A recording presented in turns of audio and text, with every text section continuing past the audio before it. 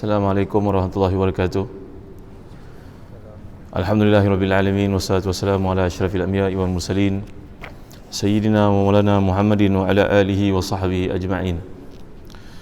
Allahumma salli wa sallim wa barik ala Muhammad wa ala ali Muhammad kama sallaita wa sallamta wa barakta ala Ibrahim wa ala ali Ibrahim fil alamin innaka Hamidum Majid. Amma ba'd. Alhamdulillah, syukur pada Allah SWT kerana pada pagi ini kita berdapat salat subuh berjemaah, dan seterusnya kita hadir dalam kuliah yang mudah-mudahan menyuburkan iman kita kepada Allah SWT. Topik pada pagi ini adalah daripada ayat 187 surah Al-Baqarah, iaitulah firman Allah SWT, A'udzubillahi minasyaitanirrajim. Uhilla lakum laylatas siyami rafathu ila nisaikum hunna libasul lakum wa antum libasul lahun. Alimallahu annakum kuntum takhtanuna anfusakum fataba alaikum wa afa ankum fal'ana bashiruhunna wabtaghu ma kataballahu lakum wa kulu washrabu hatta yatabayyana lakumul khaytul abyadu minal khaytil aswadi minal fajr thumma atimmu siyama ila al-layl wa la tubashiruhunna wa antum aakifuna fil masajid tilka hududullahi fala taqrabuha kadzalika yubayyinullahu ayatihi lin-nasi la'allahum yattaqun. Sadaqallahul azim. Dihalalkan bagimu pada waktu malam Ramadan itu kamu bercampur dengan isteri-isterimu. Mereka adalah pakaian bagimu dan kamu pula pakaian bagi mereka. Allah mengetahui bahawasanya kamu tidak dapat menahan nafsumu, kerana itu Dia mengampunkan untuk kamu dan maaf kepadamu. Maka sekarang campurilah mereka dan carilah apa yang telah ditetapkan Allah untukmu, dan makanlah, minumlah hingga terang bagimu benang putih dari benang hitam, iaitu fajar. Kemudian sempurnakan puasa itu sampai waktu malam, tapi jangan kamu campuri mereka dalam keadaan kamu beriktikaf di masjid. Itu larangan Allah, dan janganlah kamu mendekatinya. Demikianlah Allah menerangkan ayat-ayatnya pada manusia supaya mereka bertakwa. Mengikut para ulama tafsir, ayat ini berkaitan dengan perkara yang berlaku pada zaman awal Islam ketika difardukan puasa. Iaitulah seseorang di kalangan umat Islam, bila mereka berpuasa dan kemudian telah berbuka, mungkin dengan sebiji dua kurma, lalu kemudian dia salat maghrib, maka mereka tidur, kerana waktu di antara maghrib dan isyak di tempat mereka panjang. Kalau hari ini hampir 2 jam antara maghrib dan isyak tu. Jadi seseorang mereka tidur. Bila tidur, selepas tidur itu mereka tidak boleh makan lagi sampailah menyambung puasa keesokan hari dan berbuka pada keesokan hari. Jadi apabila berlaku keadaan itu, menjadi beratlah ke atas umat Islam, dan sebahagian daripada mereka pula kerana kepenatan ada yang bekerja dekat kebun kurma. Ramai sahabat di Madinah ni mereka merupakan petani-petani peladang kurma. Jadi kalau dah bekerja pada siang hari di membanting tulang dan sebagainya, bekerja di ladang-ladang mereka, tentulah waktu buka kepenatan yang amat sangat. Ada yang minum air kemudian tidur, lepas yang maghrib tidur sampailah sedar-sedar je dekat tengah malam. Maka mereka tidak boleh makan dan tidak boleh bersama dengan isteri mereka, kerana dianggap dengan sebab tidur itu tadi sudah tidak boleh lagi mereka makan dan tidak boleh bersama dengan isteri. Lalu satu hari Sayyidina Umar Khattab radhiyallahu anhu pergi ke masjid dan berbuka, dan kemudian beliau pulang ke rumah melihat isterinya sudah tidur. Isterinya kepenatan, isterinya tidur. Sayyidina Umar Khattab radhiyallahu anhu tak ada malu dalam ilmu menceritakan tuan-tuan. Maka lelaki yang saleh, yang hebat, yang Nabi menyatakan banyak kelebihan pada Sayyidina Umar ini, dia tidak dapat bertahan melihat isterinya. Isteri mengatakan, saya dah tidur tak boleh bersama ni, dah anggap berpuasa yang baru lepas tidur itu. Maka tuan-tuan dimuliakan Allah sekalian, Sayyidina Umar tetap juga mendatangi isterinya, kerana keperluan seorang lelaki kepada isterinya. Dan para ulama membincangkan bab ini, berkata, apabila seseorang itu menjaga dirinya dia melihat benda yang haram di luar, maka Allah akan beri kemanisan kepada hubungan suami isterinya dengannya di rumah. Maka sebanyak mana seseorang itu menahan dirinya daripada melihat benda yang haram, maka Allah akan menjadikan kemanisan itu ada dalam hubungan suami isteri ketika di rumah. Ini yang kita bimbang tuan-tuan berlaku dalam suasana pada hari ini. Bila ditanya kepada para salafus salih dalam perkara berkaitan yang boleh kita kaitkan. Mengapakah jadi mahalnya daging yang ada di pasar? Ikannya mahal, telurnya mahal, dagingnya mahal. Maka jawapan mereka, kerana murahnya daging orang perempuan pada hari ini. La ilaha illallah Muhammadur Rasulullah. Kerana orang perempuan yang ada pada hari ini sudah tidak menjaga lagi hishmahnya, maruah dirinya dan kehormatan dirinya. Mudah untuk dipertontonkan, diperlihatkan kepada siapa saja asalkan boleh hit dan sebagainya. Macam-macam perkara dia boleh tarik perhatian orang kepada. Kononnya itulah famous, dengan cara itulah dia boleh menjadi pendapatan, sedangkan perkara itu diharamkan oleh Allah Subhanahu Wa Taala. Jadi tuan-tuan rahmati dan dikasihi sekalian, kata Imam Ibn Hajar sebagai contohnya dalam kaitan perkara berhubungan puasa ini, seseorang itu makin tinggi kemampuan mengawal syahwatnya terhadap benda yang haram, maka semakin seronok dan lazat dia dalam hubungan sama suami isterinya. Begitu tuan-tuan dimuliakan Allah sekalian. Dan mafhum mukhalafah kepada kata-kata ini, apabila seseorang itu lalai dan melakukan mengikut banyak perkara bersifat syahwat, meetingnya pendek jadi panjang kerana meeting dengan anak dara orang, dengan isteri orang, dengan perempuan tak menutup aurat, keluarnya ke mana-mana dengan golongan seperti itu, maka dia sudah hilang kemanisan bersama dengan isterinya. Bila balik ke rumah, dia melihat ibarat neraka rumah itu, puaka seolah-olah. Kenapa? Kerana Allah sudah mencabut kelazatan perhubungan suami isteri lantaran perbuatan haram yang sengaja atau tidak dilakukan ketika di luar rumah. Allahu Akbar, Masya Allah. Itu sebab kesempurnaan puasa ini Allah tidak mengenepikan apa yang dipanggil sebagai aspek psikologi suami isteri, maka Allah menyifatkan lelaki itu merupakan pakaian bagi isterinya dan di situ merupakan pakaian bagi suaminya. Sebagaimana seorang daripada kita indah dan nak penampilan menarik, iaitulah kita pakai pakaian yang sesuai pergi tempat kerja, dengan kotnya, dengan tie-nya, dengan bajunya yang kemas, bersinar, tajam di bahagian tepinya, digosok betul-betul bagi nampak kemas. Penampilan diri kita diukur pada prestige, status ekonomi, begitulah keadaannya. Maka sebenarnya begitulah Allah gambarkan keindahan kehidupan kekeluargaan suami isteri itu apabila seorang melengkapkan yang lain. Sebagaimana seorang tidak mahu membiarnya terdedah kepada penglihatan orang, aurat dan sebagainya, maka demikianlah peranan isteri dan suami kepada yang lain seperti itu dalam ayat Allah SWT. Padahal ini dalam kaitan puasa, para sahabat ridwanullahi alaihim ajma'in merupakan generasi yang sangat hebat dan tidak akan mampu dilahirkan sejarah lagi golongan seperti mereka itu. Mereka ni begitu pemalu untuk buat satu benda, menunggu turunnya ayat menyentuh perkara tersebut. Contohnya dalam ayat berkaitan, nanti kita akan lihat berkaitan dengan haji. Orang-orang Arab terkenal sebagai peniaga-peniaga. Hari ini pun kita dapat lihat, dia datang bergolok bergadai, datang ke negara kita, buka restoran. Kita yang tak kerti makan kambing, makan kambing, mandi dan sebagainya, mansaf, maklubah, nama yang kita tak kerti sebut pun kita makan, sental semacam je habis satu dulang. Agak-agak kita boleh tak pergi buka restoran nasi lemak dekat Yaman sana? Tengok kan orang Arab punya kesungguhan. Begitulah turun-temurun orang Arab ni tuan-tuan. Maka mereka kaki berniaga daripada dulu lagi. Ketika Nabi mewajibkan ibadah haji itu dan Nabi melaksanakan itu, yang pertama yang terakhir kehidupan Nabi sampai dekat Muzdalifah, di situ merupakan pengkalan hub penting untuk orang-orang Arab berniaga zaman dahulu. Tiba-tiba datang Islam, mereka malu nak berniaga. Ini ibadah tak boleh campur aduk dengan perniagaan, kata sebagian mereka. Lalu Allah turunkan ayat, la junaha alaikum an tabtagu fadlan min rabbikum. Tak ada salah kamu pergi usahakan perniagaan. Ruang ini kamu jumpa satu sama lain bawa barang dari tempat-tempat lain. Kamu bawa daripada Yaman, lain daripada orang bawa daripada Syria, orang yang datang daripada Taif. Maka berniagalah kat sini walaupun dalam ibadah Allah benarkan. Maka turun ayat untuk membenarkan mereka berniaga. Demikian juga ketika turun puasa, yang mereka meletakkan satu syarat yang ketat, iaitu seolah-olah kalau dah tertidur lepas berbuka itu, maka tak boleh makan lagi selepas itu dan tak boleh bersama dengan isteri. Tapi di kalangan mereka ada yang tidak mampu menahan nafsu kelakiannya itu, dan perkara ini sebenarnya secara tak langsung Allah puji mereka kerana mereka meninggalkan perkara-perkara haram di luar, zina dan sebagainya. Maka Allah beri kepada mereka kesenukan, kebahagiaan, keintiman hubungan suami isteri itu yang tak ada tolok bandingnya. Begini ayat dibawa kepada kita tuan-tuan dimuliakan Allah sekalian. Ya. Jadi ayat Quran ni kalau kita baca berlapis-lapis maksud yang dikehendaki oleh Allah SWT itu.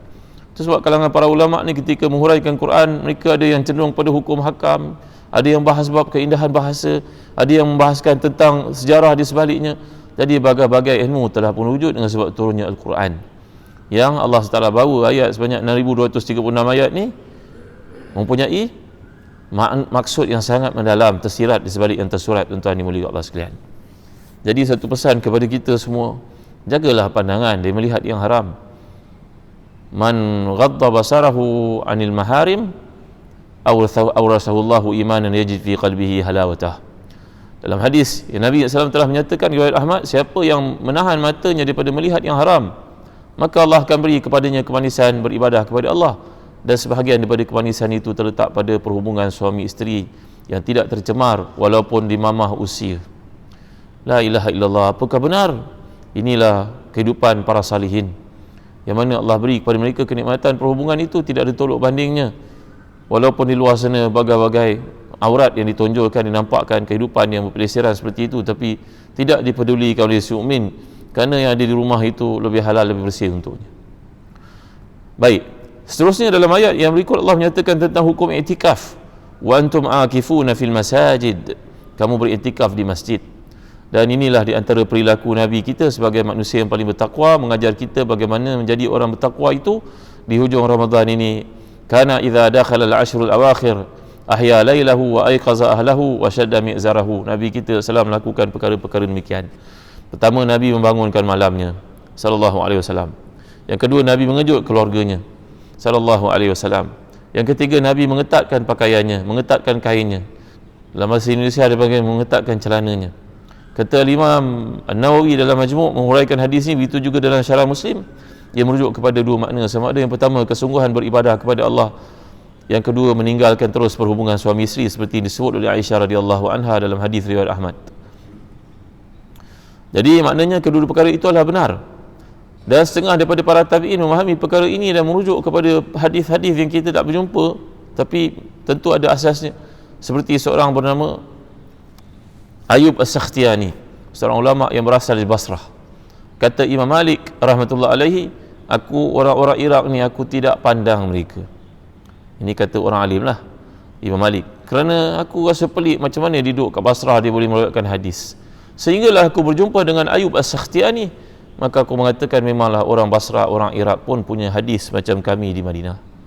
Imam Malik ni dia berbangga sangat duduk kat Madinah. Imam Malik tidak mahu keluar dari Madinah, melainkan musim haji saja. Bagi dia hidup kat Madinah, nak mati kat Madinah. Walaupun ada tawaran satu ketika untuk dia berhijrah ke Spain pada masa itu dalam Islam, namanya Andalus. Dia dapat tawaran untuk pergi ke sana oleh pemerintah di sana, dia pergi ke Rayyan. Ya, kehidupan kat Spain tu maju, lebih maju daripada Madinah pada masa itu. Pencapaian umat Islam yang ada kat sana 1000 tahun lebih dulu mereka telah buat kincir air contohnya. Sampai ke hari ini masih kekal lagi. Dan orang dekat Spain lah, orang Islam dekat Spain lah yang menulis buku banyak. Dan mereka juga mula terbang di angkasa sebelum Wilbur Wright lagi. Tuan-tuan tahu ke? Seorang bernama Abbas Firnas, dia yang mula-mula mencetuskan idea manusia terbang di udara, tuan-tuan. Amat zalim kalau kita kata yang terbang itu Wilbur Wright, adik-beradik yang telah pun mewujudkan idea penerbangan. Sebenarnya sebelum itu Abbas bin Firnas telah pun membuat satu kerangka yang merupakan kapal terbang untuk terbang daripada puncak bukit, tuan-tuan.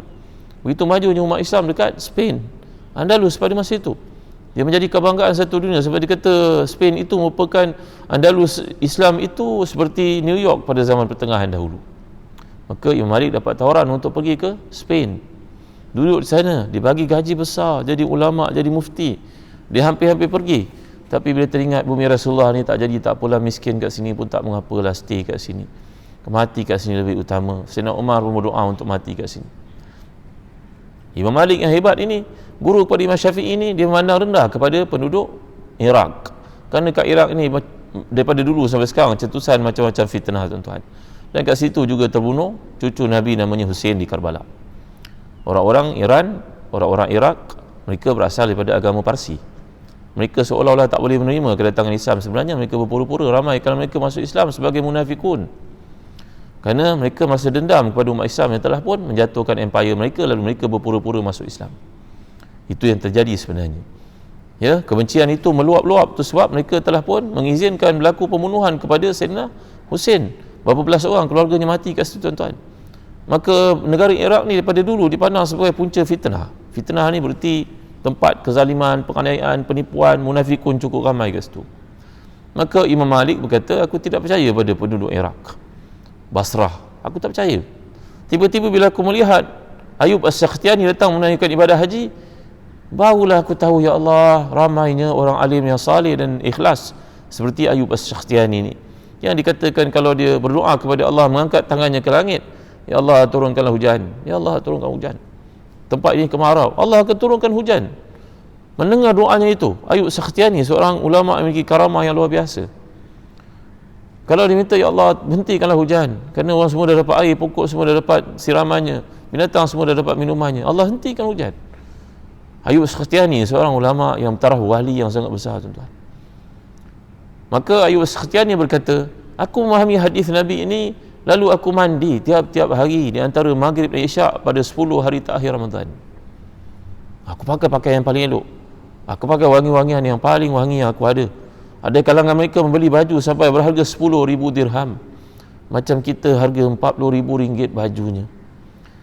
Lalu mereka berkata, fallahu ahqqu an atajammala lahu, Allah itu lebih berhak untuk aku pakai yang kemas dan cantik menghadapnya, sedangkan dengan manusia aku pergi kerja aku pakai yang mahal-mahal. Mengapa dengan Tuhanku ketika sembahyang aku pakai pakaian yang paling buruk dan hapak? Itu cara berfikir orang saleh, tuan-tuan. Ya, sebahagian daripada kita kalau pergi kerja, masya-Allah pakaiannya, datang ke masjid baju yang paling buruk, berosok pun tidak, bau hapak, dah seminggu tak ditukar baju lain.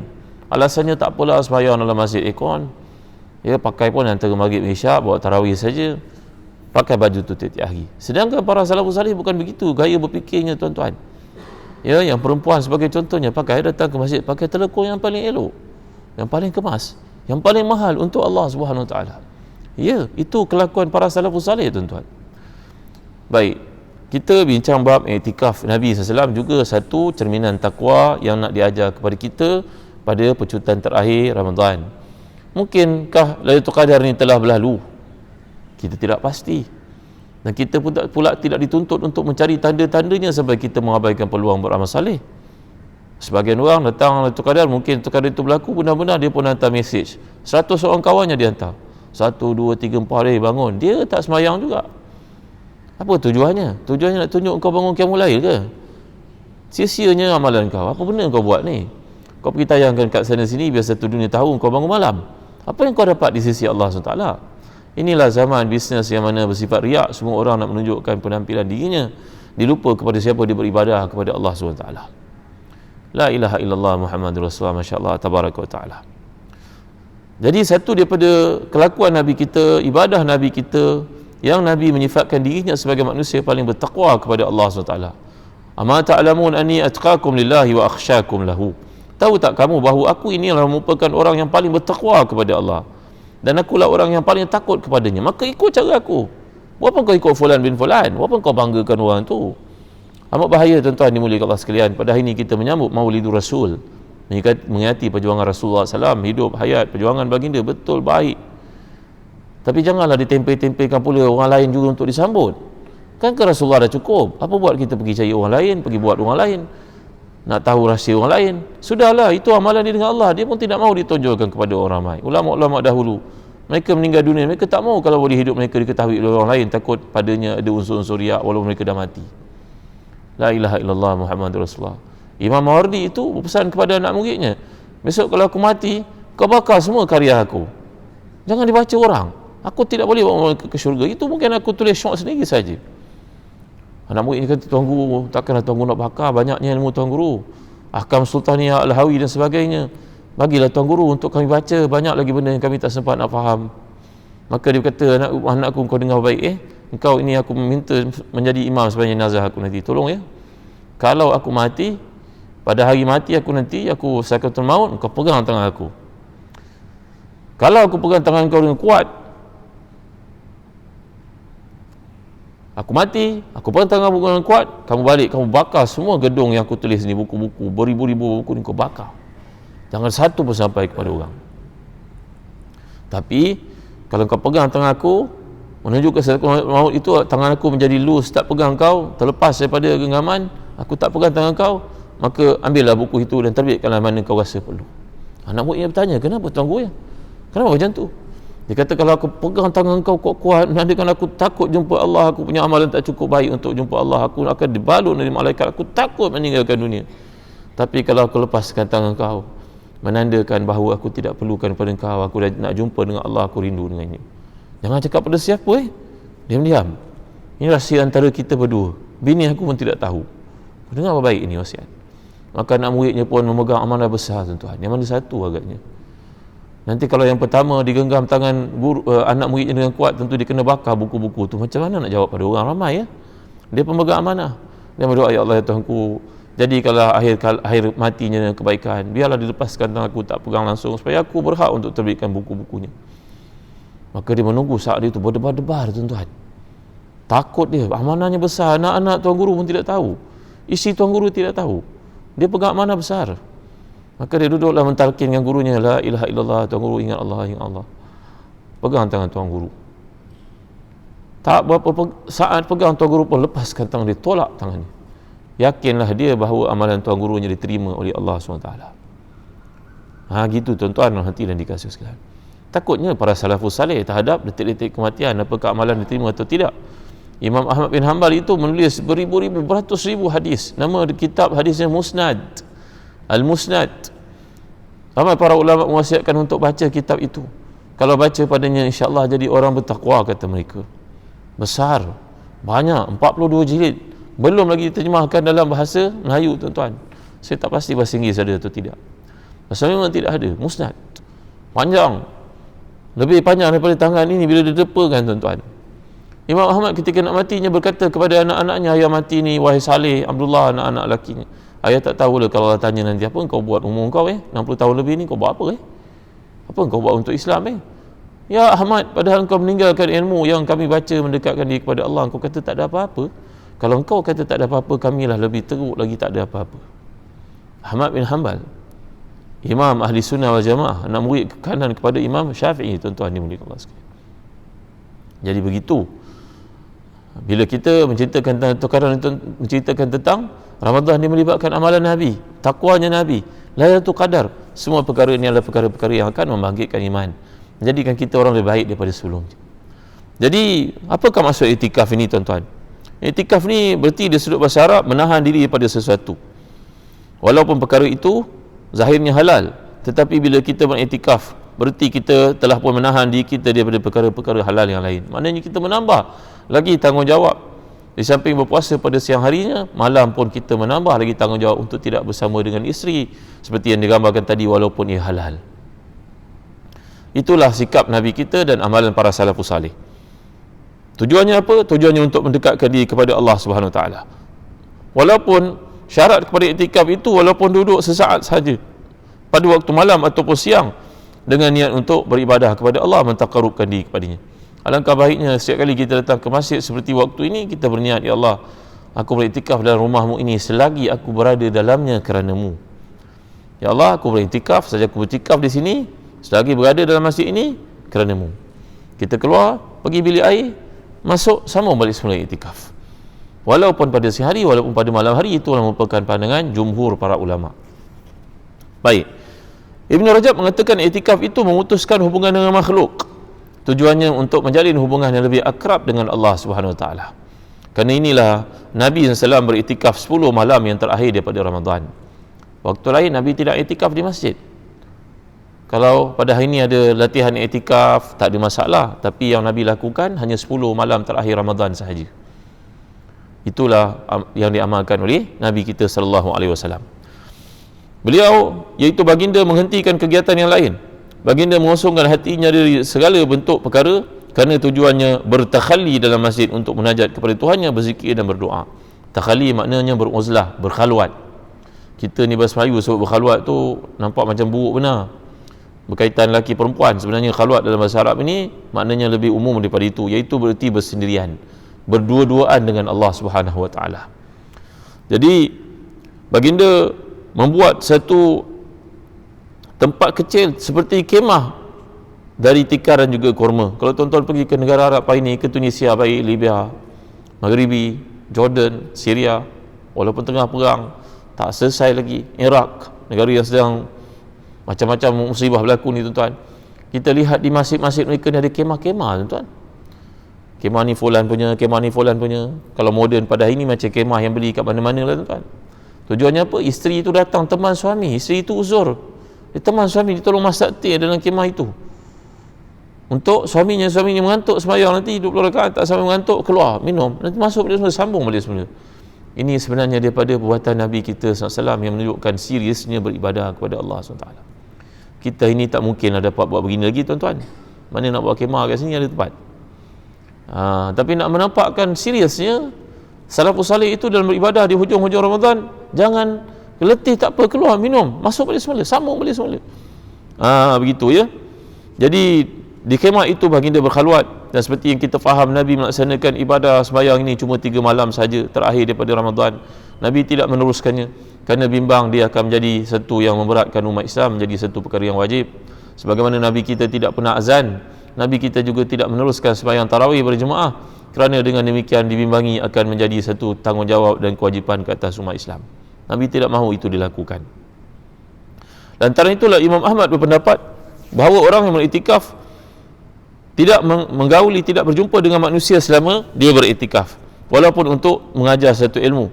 Yang terutama bagi para mu'takif, orang beriktikaf itu adalah mengasingkan diri, berkhalwat, memunajat kepada Allah, berzikir, berdoa, beristighfar, berselawat, membaca Al-Quran, merenung, berfikir. Itu semua sebahagian daripada ibadah kepada Allah SWT. Sehingga Imam Sufyan As-Sauri mengatakan, perkara yang paling aku gemari andai kamu bertemu Lailatul Qadar itu di samping sembahyang, banyakkan berdoa kepada Allah SWT. Bahkan mereka mengatakan berdoa itu lebih utama daripada ibadah yang lain ketika kamu bersua dengan Lailatul Qadr. Ada banyaklah orang bercerita tentang Lailatul Qadar. Ada para ulama tasawuf macam Abdul Wahab Asy'arani di Mesir berkata, aku mengangkat air semayang di Alexandria di Mesir, di teluk itu, di pengkalan di laut itu, aku merasakan air laut bertukar menjadi tawar. Dan itulah pengalaman aku salah satu daripada Ramadan yang aku bertemu dengan Lailatul Qadr. Al-Imam Al-Ghazali mengatakan beliau telah menemui Lailatul Qadarnya sejak dia baligh sampailah dia meninggal dunia. Tuan-tuan, tak pernah tinggal Lailatul Qadar. Dia bukan tulis untuk dibaca orang, tapi ditulis dalam jurnal dia yang orang jumpa sebelum hatinya. La ilaha illallah Muhammadur Rasulullah, masya-Allah, tabaraka wa taala. Ada orang yang dia melihat tanda-tanda tertentu, tapi tanda yang akan menguasai setiap orang yang bangun malam untuk beriktikaf dan juga untuk qiyamul lail dan juga untuk bertahajud pada malam qadar, ialah dia akan diselubungi oleh satu rasa sayu yang dia tidak tahu apa puncanya. Jadi ini akan meliputi mana-mana orang yang bangun malam pada malam qadar, dia akan rasa sayu, sedih je, rasa macam ada benda tak beres di dalam hidup dia. Dia rasa macam ketenangan yang amat sangat, sampai timbul rasa sayu dalam beribadah kepada Allah itu mengenangkan dosa-dosanya yang banyak. Inilah satu petanda yang berlaku kepada setiap individu yang dapat Lailatul Qadar mengikut penjelasan para ulama. Tak perlulah seorang itu tunggu malam ni ada salakan anjing ke, tak ada ya. Malam ni ada orang kata pokok sujud. Macam mana pokok sujud? Tunggu pokok sujud. Pokok tak sujud-sujud, kamu yang tidur akhirnya. Jadi madailah untuk jadikan Lailatul Qadar itu pengalaman rahsia dan manis kita dengan Allah. Bahkan makruh, kata jumhur para ulama, untuk kita menghibahkan kepada orang yang tak berkenaan Lailatul Qadar berlaku. Kita hanya digalakkan untuk bangunkan orang yang paling hampir dengan kita. Anak beranak, ipaduai mungkin, menantu, sahabat-sahabat karib. Mungkin kita boleh telefon, saya dah bangun sahur ke belum? Pukul 4.30. 4.30 awal sangat tuan. Bangunlah, bangun sembahyang. Saya rasa malam ni malam qadar. Tapi makruh untuk kita bercerita pada semua orang, tuan-tuan dimuliakan sekalian. Kerana ini adalah rahsia kita dengan Allah.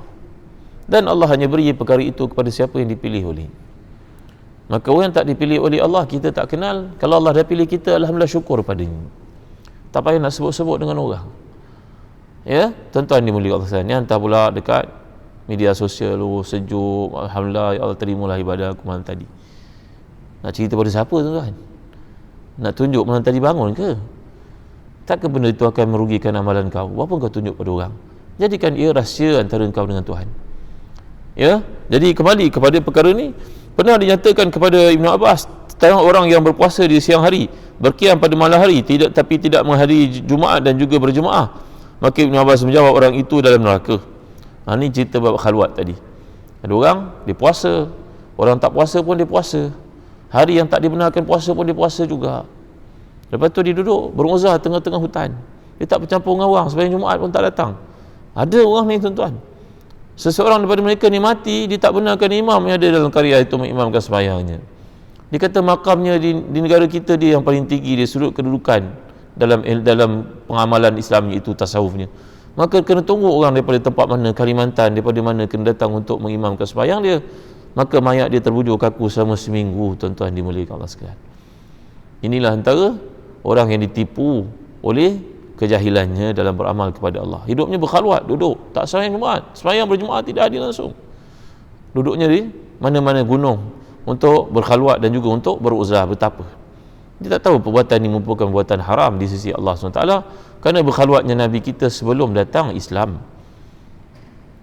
Tak boleh kita mengamalkan dalam hidup benda-benda yang diamalkan Nabi sebelum Islam, kerana syariat itu sudah menasahkan apa yang dilakukan Nabi sebelum pada Islam. Baik tuan, jadi khalwat yang ada dalam Islam adalah i'tikaf sebenarnya. Tak perlulah seseorang, kata Ibn Abbas, ini pergi duduk kat mana-mana tempat, tak campur orang, tak sembahyang berjemaah, tak sembahyang Jumaat. Alasannya kerana dia sedang bertapa. Ini adalah khalwat yang salah. Khalwat yang sebenarnya hanya terletak 10 malam terakhir pada Ramadan saja, kata Ibn Abbas. Itulah yang ditunjukkan oleh manusia yang paling bertakwa di sisi Allah, iaitu Rasulullah sallallahu alaihi wasallam. Begitu tuan-tuan ya. I'tikaflah satu yang sangat tinggi nilainya. Dari amal Rasulullah SAW kita dapat ungkapkan bahawa i'tikaf merupakan ibadah yang disyariatkan sebenarnya. Hukumnya sunat yang sangat dituntut. Rasulullah beriktikaf selama 10 hari pada tiap-tiap Ramadan. Pada tahun baginda wafat, baginda beriktikaf selama 20 hari sallallahu alaihi wasallam. Baginda masuk ke masjid sebelum terbenam matahari hingga menjelang kepada waktu subuh keesokan harinya.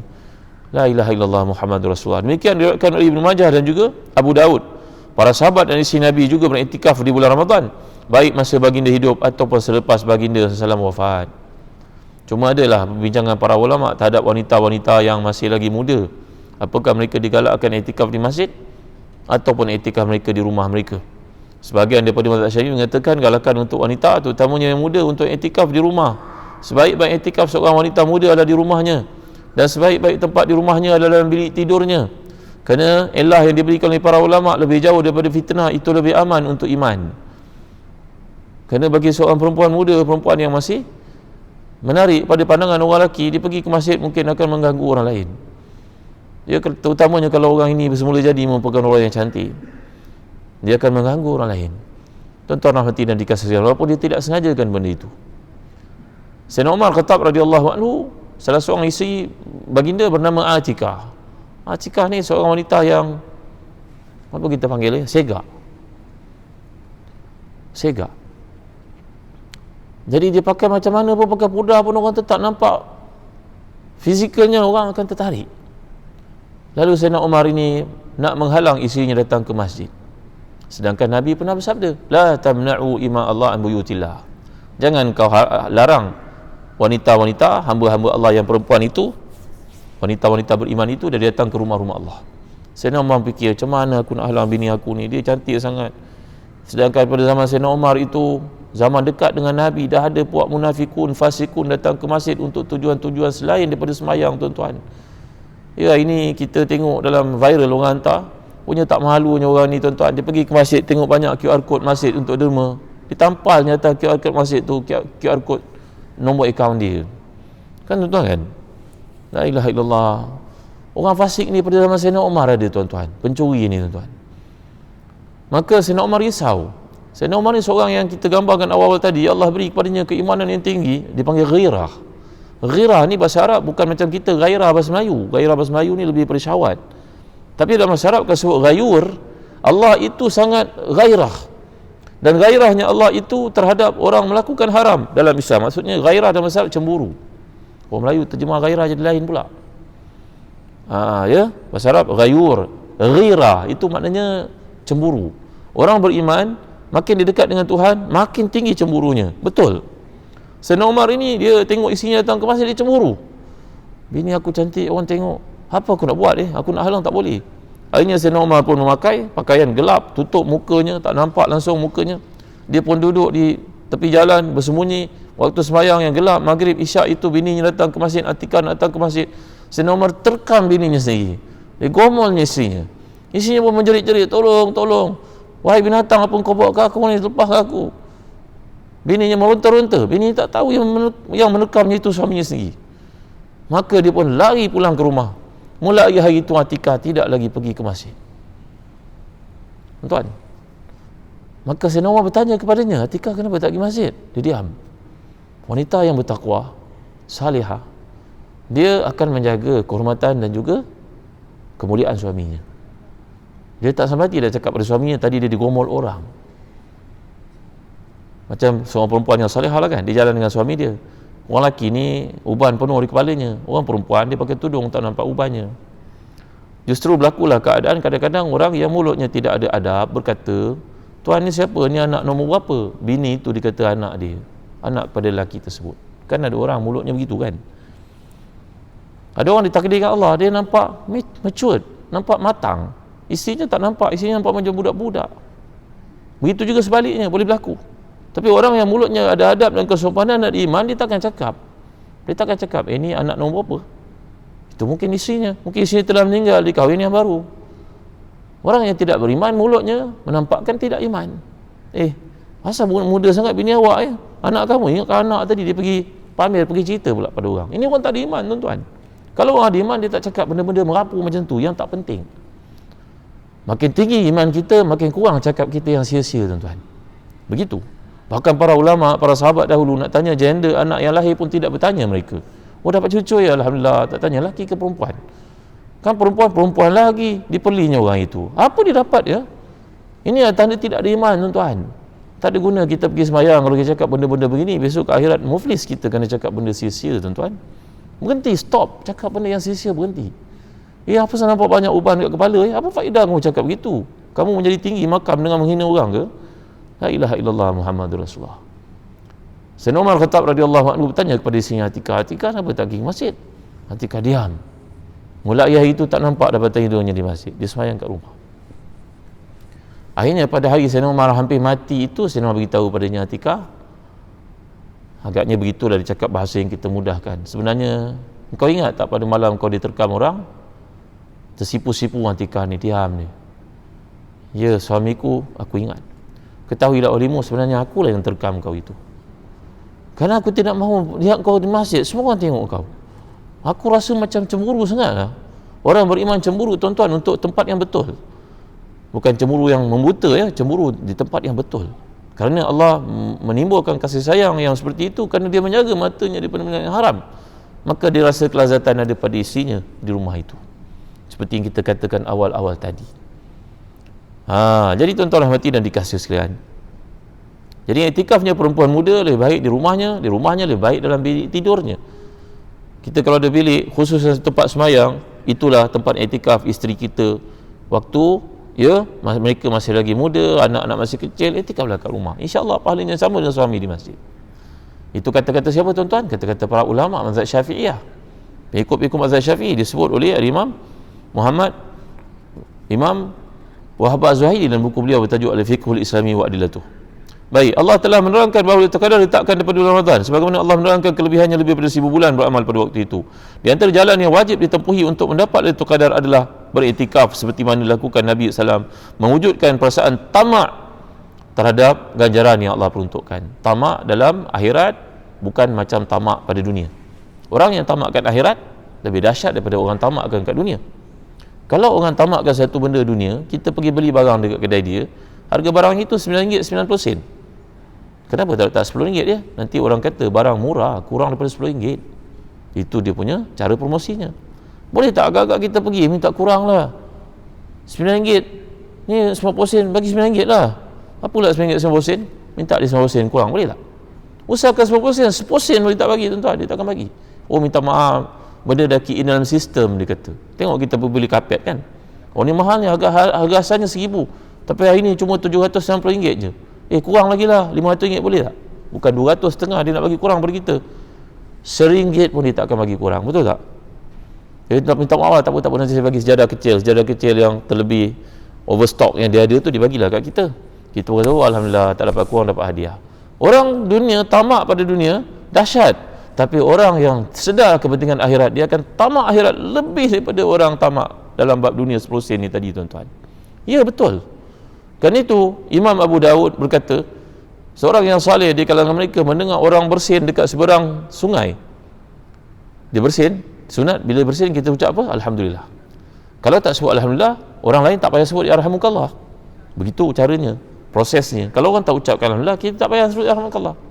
Tapi kalau dia sebut alhamdulillah, sunat muakkad kata kita untuk jawab yarhamukallah.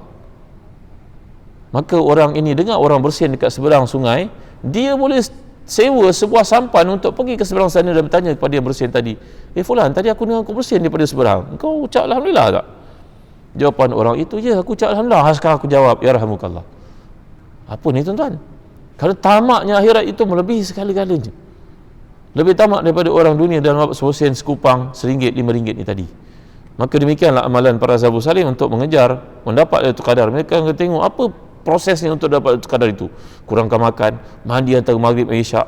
Mereka semua mereka akan buat, pakai wangi-wangian, pakai baju yang paling elok, duduk kat masjid, tak balik ke rumah. Jadi semua ini merupakan syarat-syarat untuk dapat memenuhi requirement yang letakkan Lailatul Qadar ni tadi, tuan-tuan dimuliakan Allah sekalian. Tak mau dapat setakat passing mark saja, tak mau. Nak dapat, mesti dapat first class honors, mesti dapat yang paling tinggi for flat, nak dapat yang paling tinggi, tak mau yang lebih kurang, tak mau. Tuan-tuan rahmati dan dikasihi sekalian. Jadi iktikaf ini diterangkan oleh Allah dalam surah Al-Baqarah ayat 187 tadi.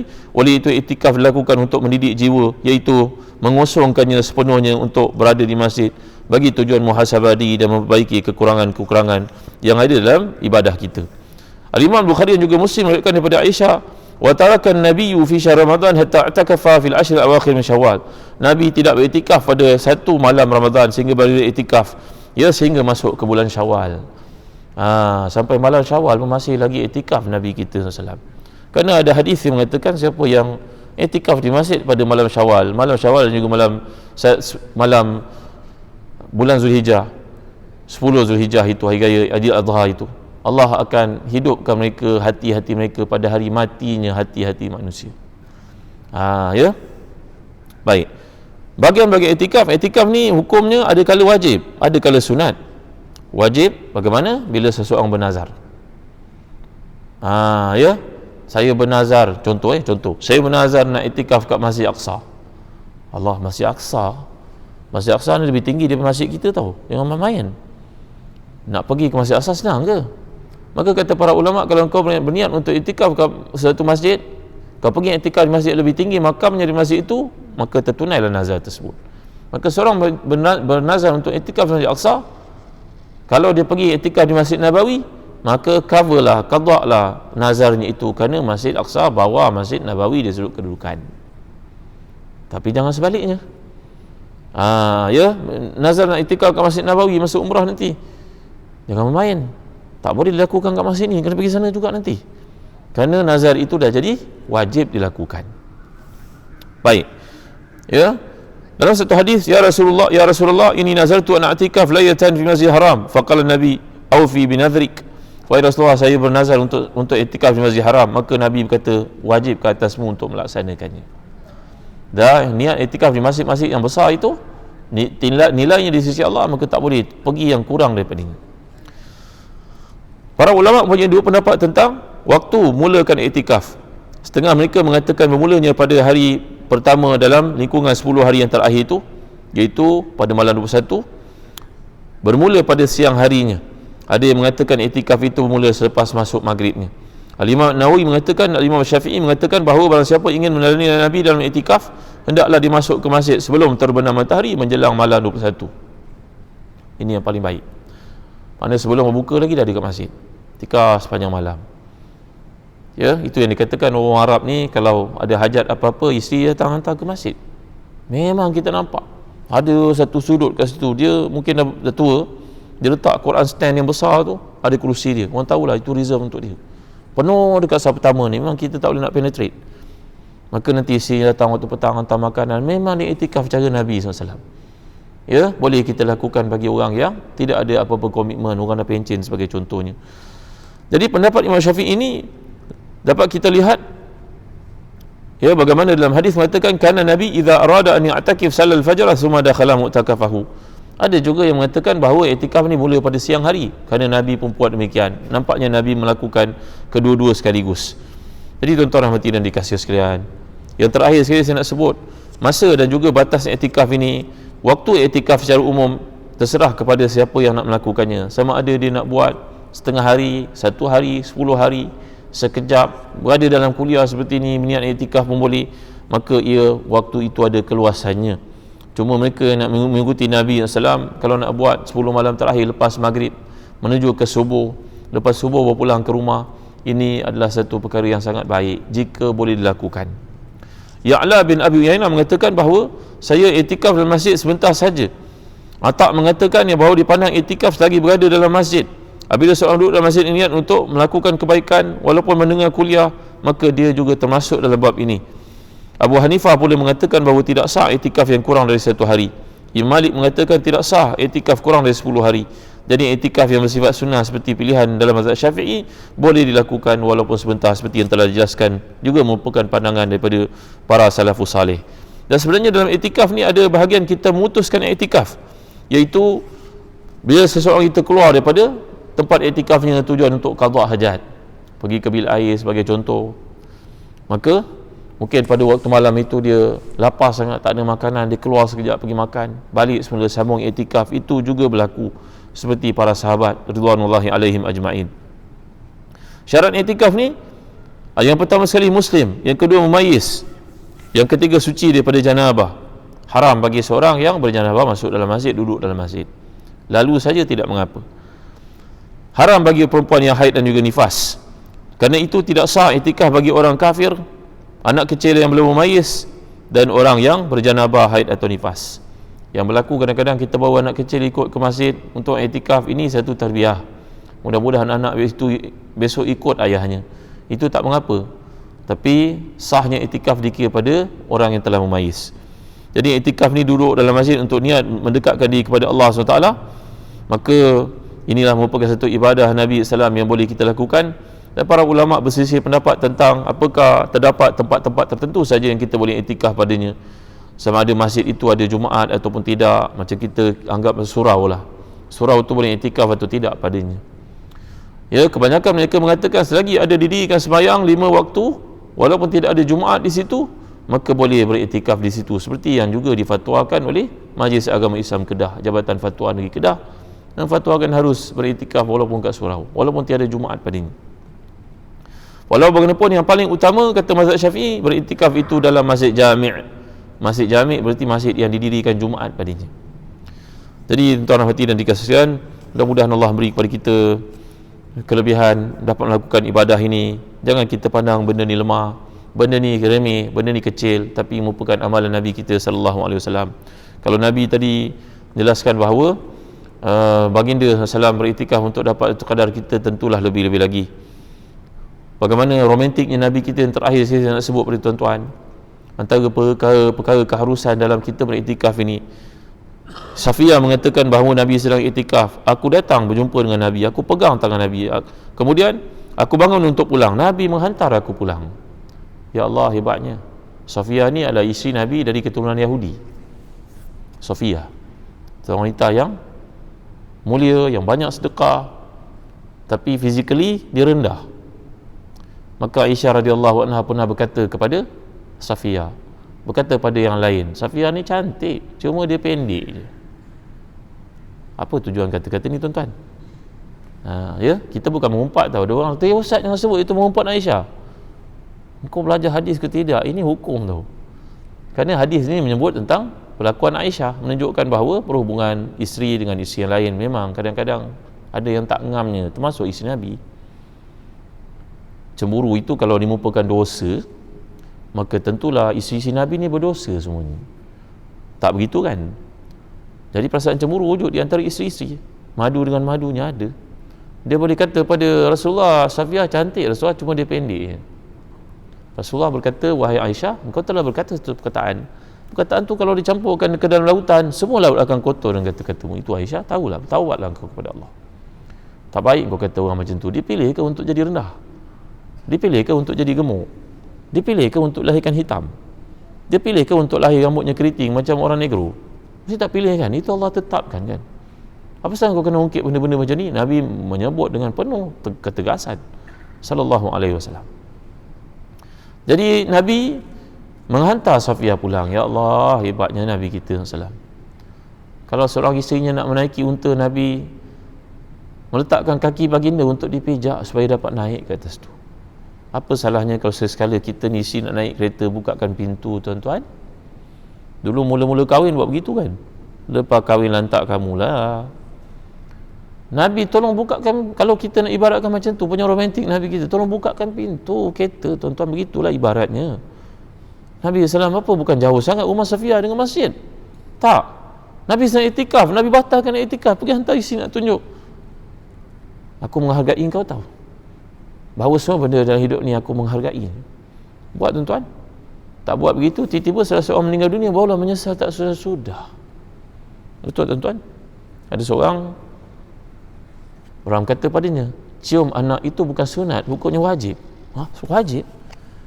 Cium cucu tu hukumnya wajib? Wajib. Dia main-main dengan kata-kata itu.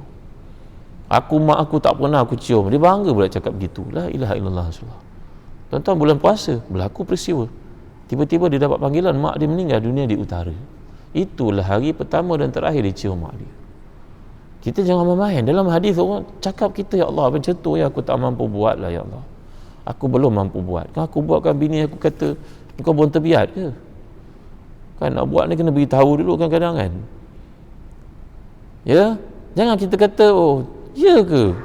Jangan pandang hina tau. Orang sebut tentang hadis ni, kita kena dengar, oh macam tu ya Allah, ya aku tak mampu buat lagi lah ya Allah. Apa iman aku lemah sangat. Aku sombong lah ya Allah, aku tak pernah cium anak aku. Cucu aku tak pernah cium. Punya sombong, keras hati aku. Betul tuan-tuan. Sampai Imam Nawawi mengatakan cium anak itu hukum wajib. Cium cucu tu wajib hukumnya. Masa dia kecil-kecil lah, dah besar mungkin tak sesuai. Tuan-tuan, buat tuan-tuan. Maka bila kita dengar, kita buat. Nabi pergi hantar. Walaupun tengah iktikaf, ya, Nabi keluar pergi hantar Safiyah. Dah tu dalam perjalanan menghantar itu, gelap.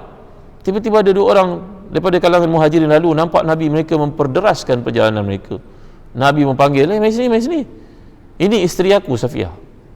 Mereka berkata, Rasulullah, takkanlah kami nak cakap apa-apa Rasulullah. Rasulullah kata, aku tak cakap, tapi syaitan mengalir dalam diri macam aliran darah. Kerana sebelum itu Nabi telah difitnah. Isteri Nabi Aisyah itu difitnah dalam peristiwa dipanggil hadisatul ifk, iaitu isteri itu dituduh pulang bersama dengan Safwan dalam perjalanan. Ketika dia ditinggalkan, maka tersebar fitnah bahawa mereka mempunyai hubungan sulit. Jadi mereka, Nabi tidak mahu nak beritahu pada sahabat-sahabat Ansar ini isteri aku Safiyah. Mereka kata, Rasulullah, takkanlah kami nak kata apa-apa. Rasulullah kata, ya, kau tak kata apa-apa, syaitan dalam dirimu itu akan berkata-kata. Ini isteri aku. Tuan-tuan dimuliakan Allah sekalian, hidup Nabi adalah pengajaran untuk kita ikut. Jangan ambil pada benda yang senang je, ambil semua benda. Imam Ahmad itu ketika diburu atas satu peristiwa bahawa dia dituduh, dia tidak bersalah tapi dituduh, diburu oleh pemerintah nak dihukum. Dia melarikan diri, bersembunyi sana, bersembunyi sini. Tiba rumah teman dia yang memang orang tidak tahu, tidak akan cam di situ dia bersembunyi. Dia bersembunyi 2 hari 3 malam. 2 hari 3 malam. Malam ketiga tu dia pergi. Maka sahabatnya kata, wah Ahmad, duduklah sini, orang tak tahu engkau duduk sini, orang tak tahu, tempat ni memang tak ada siapa pun tahu engkau, tak akan kita fikir engkau duduk sini. Ahmad berkata, wahai sahabatku, tak patut bagi aku mengikuti Nabi dalam bab yang menyeronokkan saja, tapi dalam bab yang menakutkan tidak ikut. Apa maksudmu Ahmad? Nabi bersembunyi kat Gua Thur ketika diburu oleh musyrikin, ketika nak hijrah itu selama 3 malam 2 hari. Maka itu juga aku ikut. Aku bukan ikut Nabi tang senang je, tang seronok je, tambah dia susah aku tidak mau ikut. Tak sepatutnya begitu, kata Ahmad. Maka dia pun keluar pada malam yang ketiga. Allahu Akbar. Begitulah kehidupan para salafus salih, tuan-tuan, untuk kita belajar.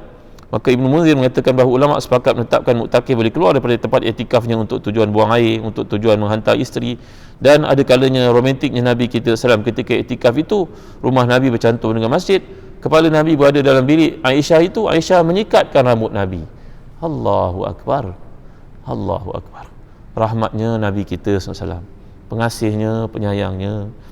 Sebab itulah Allah minjamkan untuk baginda nama-namanya yang mulia. Laqad ja'akum rasulun min anfusikum azizun 'alaihi ma 'anittum harisun 'alaikum bil mu'minin rauf rahim. Allah pinjamkan nama-namanya untuk nabinya sallallahu alaihi wasallam. Itulah contoh terbaik untuk kita ikuti menjadi orang bertakwa. Wallahu alam. Saya dah sebutkan tadi perkara-perkara berkaitan iktikaf ini adalah kita baca Al-Quran, sembahyang sunat, berzikir, berdoa, berselawat, bertafakur, berfikir, mengingat, muhasabah diri, walaupun penat boleh tidur sekejap. Dan batalnya i'tikaf tu dengan sebab kita terkentut, maka kita keluar semula untuk mengambil wuduk dan menyambung balik semula. Sebenarnya hukum ni panjang, setakat ni saja yang boleh saya jelaskan kepada tuan-tuan tentang bab hukum i'tikaf ini. Mudah-mudahan kita dapat memahaminya dengan lebih baik, ya, dan ia menjadi satu kerangka ibadah untuk mencapai takwa dan mendapat Lailatul Qadar. Sekian, wassallallahu ala sayyidina Muhammad wa ala alihi wa sahbihi wa baraka wasallam, walhamdulillahi rabbil alamin, wa barakallahu fikum, wassalamualaikum warahmatullahi wabarakatuh. Alhamdulillah rabbil alamin, wassalatu wassalamu ala asyrafil anbiya'i wa mursalin sayyidina Muhammadin wa ala alihi wa sahbihi ajma'in. Allahumma ighfir lana dhunubana wa liwalidina warhamhum kama rabbana shighara wa li jami'i ashabil huquq alaina minal muslimina muslimat al-mu'minina wal mu'minat bi rahmatika ya arhamar rahimin. Rabbana hab lana min azwajina wa dhurriyyatina qurrata a'yun waj'alna lil muttaqina imama. Rabbana atina fid dunya hasanah wa fil akhirati hasanah wa qina adzaban nar. Allahumma innaka 'afuwun karimun tuhibbul 'afwa fa'fu 'anna. Allahumma inna nas'aluka ridhaka wal jannah wa na'udzubika min sakhatika wan nar. Allahumma adrikna lailatal qadr. Allahumma arzuqna as-siyam wal qiyam wa tilawatil Qur'an wa ghadil basar. ربنا آتنا في الدنيا حسنة وفي الآخرة حسنة وقنا عذاب النار. وصلى الله على سيدنا محمد وعلى آله وصحبه وسلم. الحمد لله رب العالمين. تقبل الله منا ومنكم.